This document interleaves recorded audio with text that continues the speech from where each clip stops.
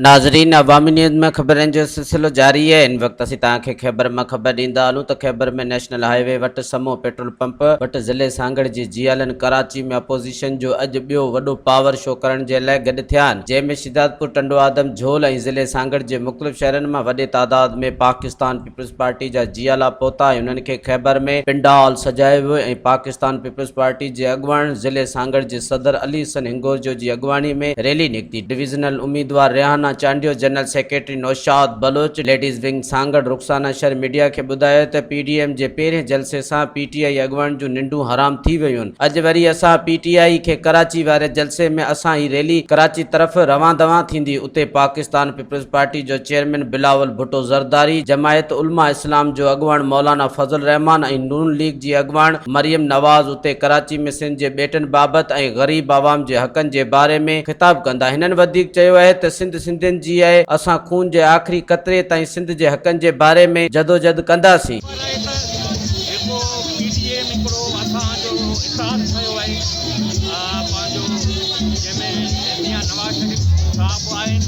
मौलाना फजल रहमान साहब आहिनि ऐं ॿियूं जमातूं तक़रीबन 11-12 पार्टियूं गॾु आहिनि। उन सिलसिले में पेट जलसो असां जेको आहे गुजरावाला में पंहिंजो करे ॾेखारियो ऐं कामयाबु जलसो असां पंहिंजो करे ॾेखारियो। इन खां पोइ हाणे ॿियो जेको असांजो जलसो आहे पीटीएम जो सॼो जेको बि इतिहाद असांजो अॼु कराची में पंहिंजो काइद आज़म जे मज़ार ते बाग़ जिना में ऐं उन ई सिलसिले में अॼु जेकी हिते खैबरनि में असां कैंप लॻाई आहे सांगहड़ डिस्ट्रिक्ट जेको असांजो आहे, जंहिंमें असांजा 6 ई तालुका आहिनि, शिदातपुर, पिंजोरो, टंडो आदम, किबरो, जाम नवाज़ी ऐं इहे सभु जेके सांगहड़ इहे सभु हिते असीं गॾु थींदासीं हींअर। ऐं इंशाअल्लाह हींअर थोरी देरि में असांजी पोयां डिस्ट्रिक्ट जी आदत अचे थी, असांजा एमपीएस, एमएलए, सेनेटर्स उहे बि अचनि पिया त इंशाअल्लाह बसि थोरी देरि में असीं हाणे तव्हां कराची लाइ रवानो थींदा। असांजो जलसो आहे, मां सम्झां थी त अॼु जेको 18 अक्टूबर जे हवाले सां वर्कर, जियालो, कारकुन 18 अक्टूबर वारो ॾिहाड़ो कॾहिं बि न विसारे सघे थो। जो इन ॾींहं ते असांजी क़ाइद मोहतरमा बेनज़ीर भुट्टो साहिबा, जेके धमकियूं बि मिलिया पर उन्हनि जे बावजूद बि हू पंहिंजे इन ॾिहाड़े ते पंहिंजे ग़रीब आवाम सां मिलण लाइ आई हुई। ऐं अॼु हुनजे लॻते जिगर असांजे चेयरमैन साहब जेको जलसो रखियो आहे, इंशाअल्लाह असीं उन्हनि मुखालफ़नि खे इहो साबित करे ॾेखारींदासीं त सिंध जी जेका आवाम आहे उहो चेयरमैन साहब सां केतिरी गॾु आहे।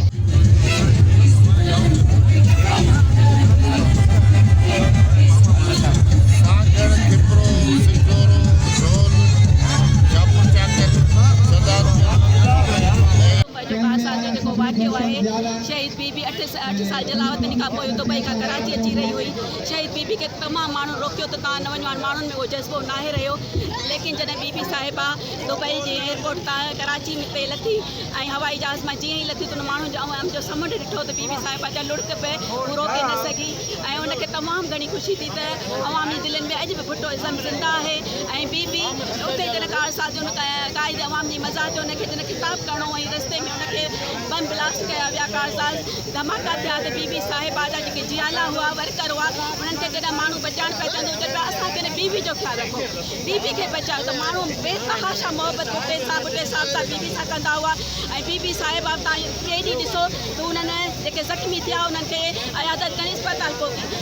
माण्हुनि खे घणो रोकियो त तव्हांखे शहीद कयो वेंदो, पर हुन न रोकियो। 28 महीननि में बीबी साहिबा जेका सियासत जेको फ़लसफ़ो क़ाइमु कयो वई, उहो तारीख़ूं यादि रखंदियूं। बीबी साहिबा हर क़दम ते हुन कॾहिं बि कंध झुकाइण न सिखियो हुयो। आख़िर 27 दिसंबर ते हुन पंहिंजी शहादत पंहिंजो सिर ॾेई। मज़ीद खबरों और तफसीलात के लिए विजिट करें हमारी वेबसाइट www.awamiNewsHD.com।